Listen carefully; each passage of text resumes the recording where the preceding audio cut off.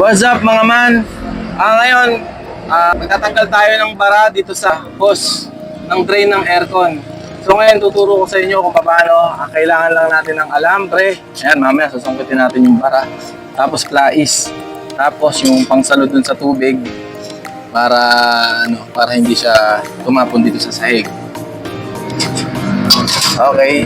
Yan kasi ang naging problema nito is tumutulo yung tubig dun sa pinaka floor. Ngayon tatry natin tanggalin yung bara niya. Dun sa pinaka hose niya yung drain niya na nasa ilalim, pero dito lang natin siya kukunin. Bubuksan lang natin, tuturo natin kung saan makikita yung pinaka hose. Sige, buksan na natin. Ayan yung ilalim, okay? Okay, ayan, tanggalin natin muna itong deep dish. As you can see, napuno siya talaga ng tubig, oh. Ayan, tinapon ko na. At kanina nga pala, may tinapon din ako na tubig dyan, galing din dyan. Ayan, ito, yung dala kong planggana, ito gagamitin natin mamaya na pansalo dito sa pagka tinanggal natin yung pinaka hose nung drain nung aircon natin. Kasi mamaya makikita nyo dyan mapupunta yung mga lupal, mga lumot na nanggaling dito sa dulo ng butas ng hose na ito. Ayan, dyan siya nanggagaling. Kanina, dire-diretso yan. Pinatay ko lang kasi mga makina. Mamaya maitetest natin ulit. Kung pag binuksan natin yung makina is tumutulo pa rin siya. Makikita natin mamaya kung effective tong gagawin natin. Diyan natin mamaya sasaluhin pagka binunot natin yung hose kasi dyan siya nakalagay. Ayan, inangat ko lang tong pinakasahig niya. Dyan nyo siya makikita yung pinaka drain niya. Dun siya kasi nakatutok sa ilalim. Dun dapat talaga yung tubig dun talaga lumalabas. So kaya dun siya tumapatak sa may tinuro natin kanina kasi nagbara na siya dito. Ayan. Papakita ko sa inyo ngayon kung paano ngayon tanggalin ito. Rubber lang naman ito, huwag kayong mag-alala. Madali lang siyang tanggalin, bubunutin nyo lang siya at matatanggal na siya.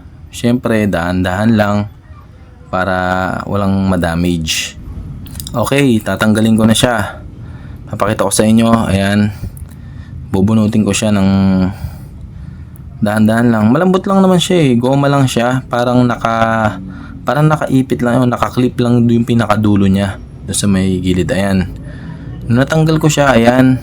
Makikita nyo, ayan. Puro lupa. May parang putik na parang jelly. Yan yung pinakadulo ng hose. So, dito siya nagbabara. Ayan. So, ngayon, gagamitin natin yung planggana na dala ko para pangsalo dito sa hose na ito. Magkakat ngayon tayo ng dala nating alambre, pero hindi naman masyadong mahaba, katamtaman lang. Yan. Tapos itupuin ko lang yung pinakadulo para magkaroon siya ng pinaka parang maliit lang na hook na para pang push natin dun o pang kuha ng ating mga dumi, yung mga naipon na mga alikabok na namuo. Ayan siya. Tinupi ko lang yung pinakadulo niya. Yan. Tapos ngayon, ayan. Sundutin ngayon natin siya. Pasok lang natin tong alambre. Yan. Oops. Yan. Dahan-dahan lang kasi goma siya. So ingatan natin siyang mabutas. Ayan. May mga nalalaglag na, may mga nakukuha na tayo na parang buo-buo at parang jelly siya, parang siyang sipon. Dito binunot ko na yung pinakadulong part niya. Ayan, ganyan lang siya talagang kahaba. Yung pinaka hose na to, yan, rubber siya. Ayan. So huwag kayong mag-alala, ikakabit lang din ulit natin yan kung paano natin tinanggal. Ito, nakasuksok lang yan, yung dulo na yan, nakasuksok lang yan dito sa may pinakadulo siya dito na labasan din yun ng tubig yung iglalagyan niya. Okay, mag-alala kasi itutusok nyo lang ulit yan eh. Papasok lang ulit doon niya sa may butas Ayan. Tinatanggal ko lang dito at kinukuha yung mga iba pang dumi para make sure na malinis. Pakita natin tong mga nakuha nating dumi. Ayan siya oh. Ayan. Siya yung dahilan kaya hindi magtuloy yung tubig nung umaagos dapat dun sa drain ng pinaka-aircon natin. Ayan. So hugasan ko pa siya ng tubig para mas matanggal pa lalo yung mga dumi niya sa loob, ma-flush out pa. Actually, yung iba nito pagka dinadalhin sa shop, alam ko hinahanginan pa, ganyan.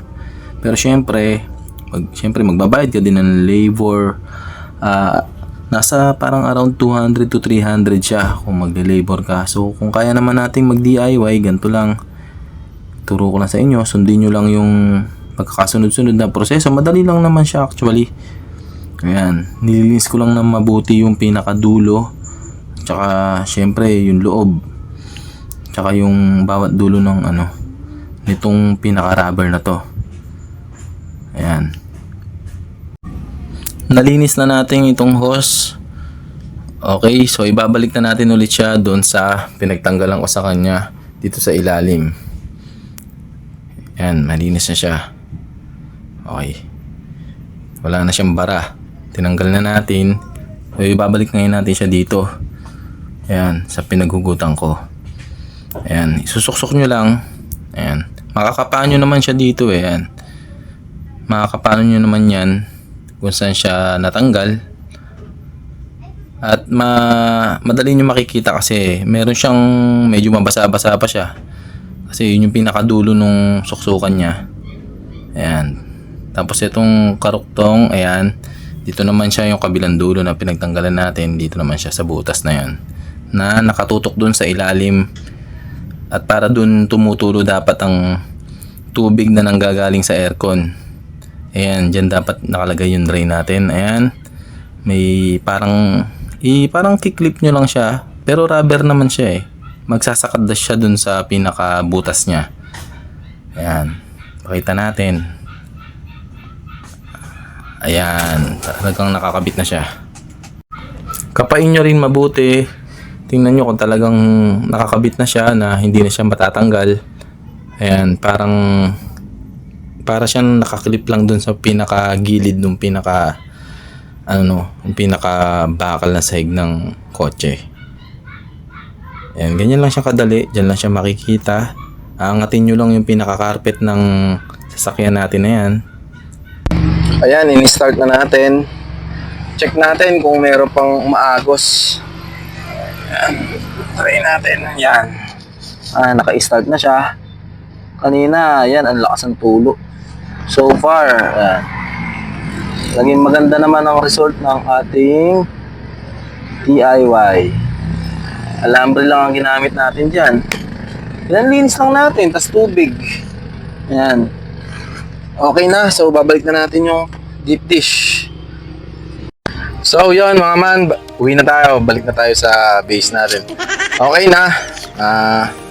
Wala nang agos yung kanina talaga agos, ang bilis ng patak, napupuno kagad yung deep dish eh, kaya talagang nilinis ko na.